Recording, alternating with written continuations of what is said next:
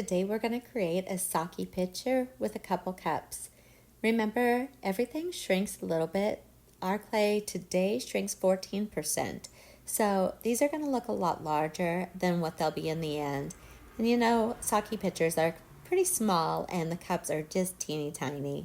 So I may have made them bigger than what they probably needed to be, but it was a good size for me. So here I am getting the clay nice and centered, remembering to keep my elbows tucked into my body, especially my left elbow. That is probably one of the most important parts about centering, is keeping your body really nice and tight. So pulling that arm in, pushing the clay away with that left hand, and pulling with my right hand. This really helps get it centered. And then I cone up a little bit, and that also helps. So centering, if you're having a problem with that, I do have a video on here on how to get things centered, and that will help you a lot if that's something you're struggling with. So you can see that my hands aren't wiggling back and forth when they're touching that clay, and so that means I'm nice and centered. So then I can bring the clay down. So once I have it, I'm going to remove my hands slow, one at a time, and then I'm going to work from there. So getting any wobble out that I feel like I have, and now pulling it down. So I'm just putting my right hand right on top of that clay, and I'm leaning into it, and my body weight is actually what's pushing it down more than just my hand. So I get it down to this little hockey puck type of shape, or disc, whatever you want to call it. And I'm envisioning how big the bottom opening is going to be, and I go a little larger than that. So here I'm opening and compressing. These are two very important steps. You want to get your bottom nice and even. If it's even, you won't have any cracking. So get it nice and even. And then this first pull is the donut pull. I take my left thumb and put it right into the base of the clay, and then I'm going to pull that clay up. Really, I'm not pulling. If you actually pull on that clay, it's going to pull that bat right off of the wheel head, and the whole thing's going to go flying. What I'm doing is pressing in with my thumb of my left hand, and I'm guiding the rim with my right hand. And then I just ease my thumb up, keeping that same thickness, so all the way to the rim. So your hand, you're trying to keep that same thickness, so your hand is not going to move in and out. You're not going to be pinching. And then you're going to make that pull all the way up to the rim. Once you get to that rim, I like to regroup my rim.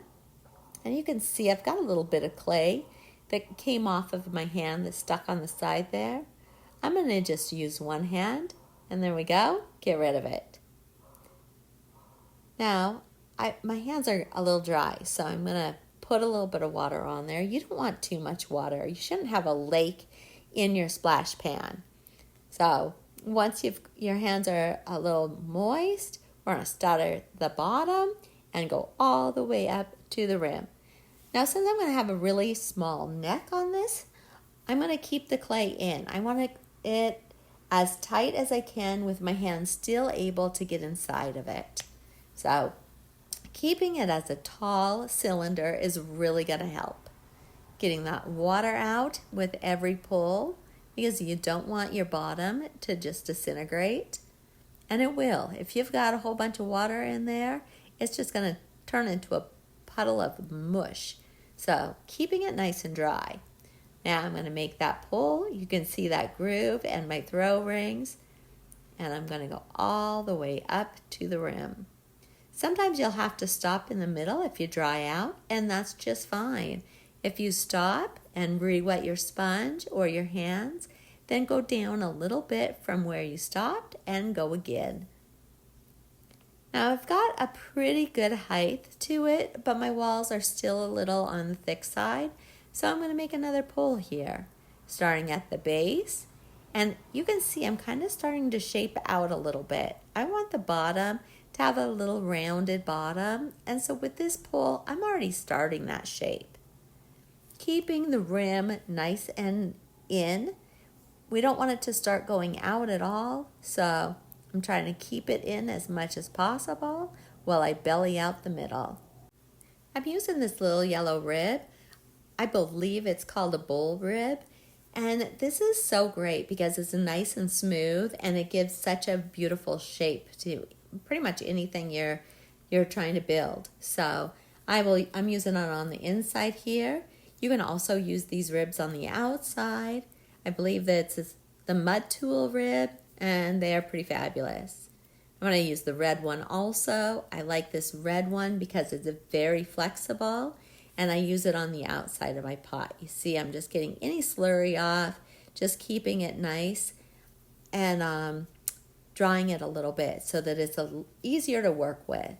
So I need the neck part a little bit more wet because I'm going to be pulling that in and I just want it to be very flexible here. So I don't want my hands to catch it all. You can see I got that little wobble going on in there. That's okay. I'm going to fix it with a little pull. So I'm going to have the one hand on the inside. It kind of stretched it out a little bit from doing this, but that's okay because we can pull it back in. It's not a big deal at all. And I'm pulling it in. I'll use that rib. I love these ribs. They really help a lot. You can see I was starting to get that little twist. I'll just use that rib and I'll firm it up a little bit and get that twist right out of there.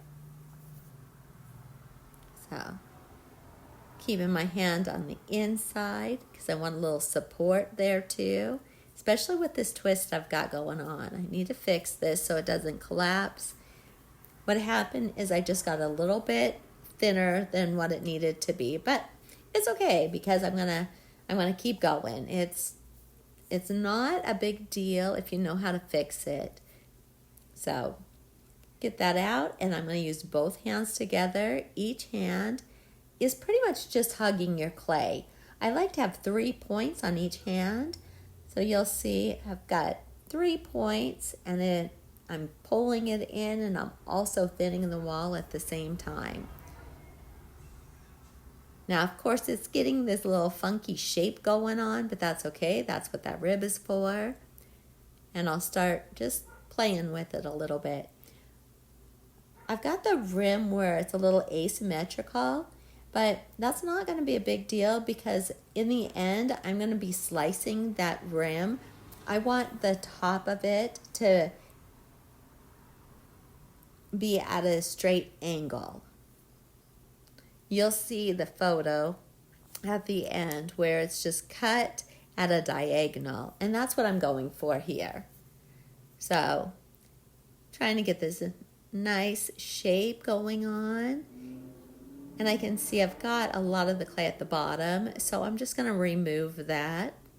You can do this also when you're trimming, but I know that I'm going to be using a chuck to trim this, and sometimes it's just easier to do when it's upright at this stage. So I'm just going to get a lot of it off so I don't have to do it later.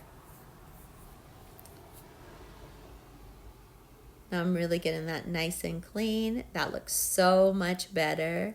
And it's just going to make it easier. It's going to dry a little bit more even also. So I'm going to wash the bat. Anytime you're in a community studio, you should wipe down that bat. It really makes it nicer for everybody else in the studio. And it makes it so you're not putting away a bunch of dirty bats. Just got to kind of mess with this rim a little bit more. Make it exactly how I want it.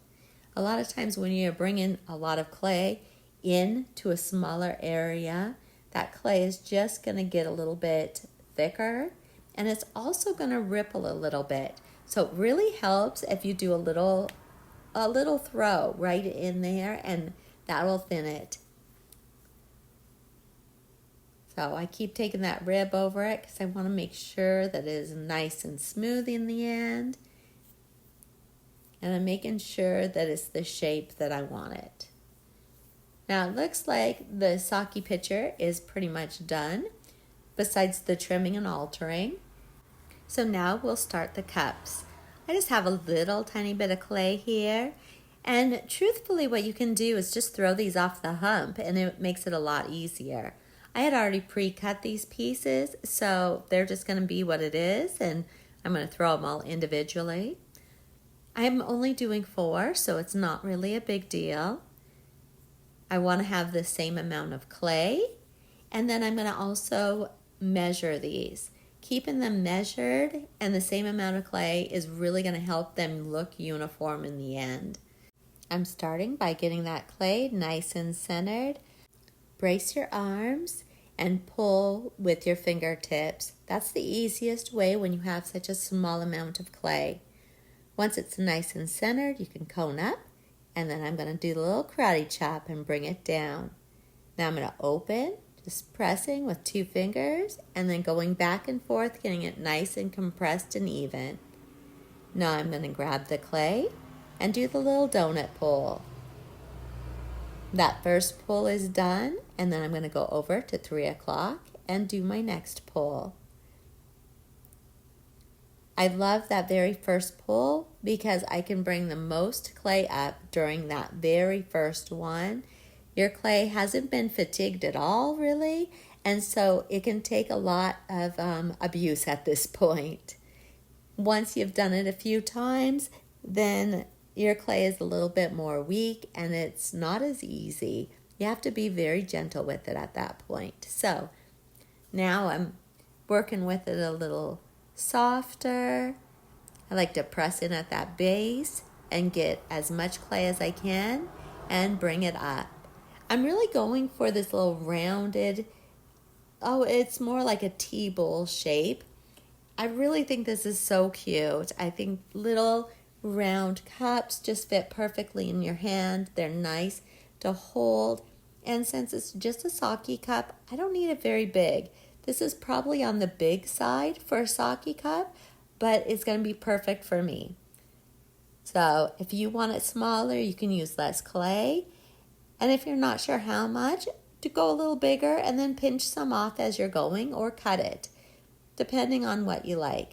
Now, I'm measuring all of my pieces just because I'm going to make a set of 4 and I want all 4 of them to look similar.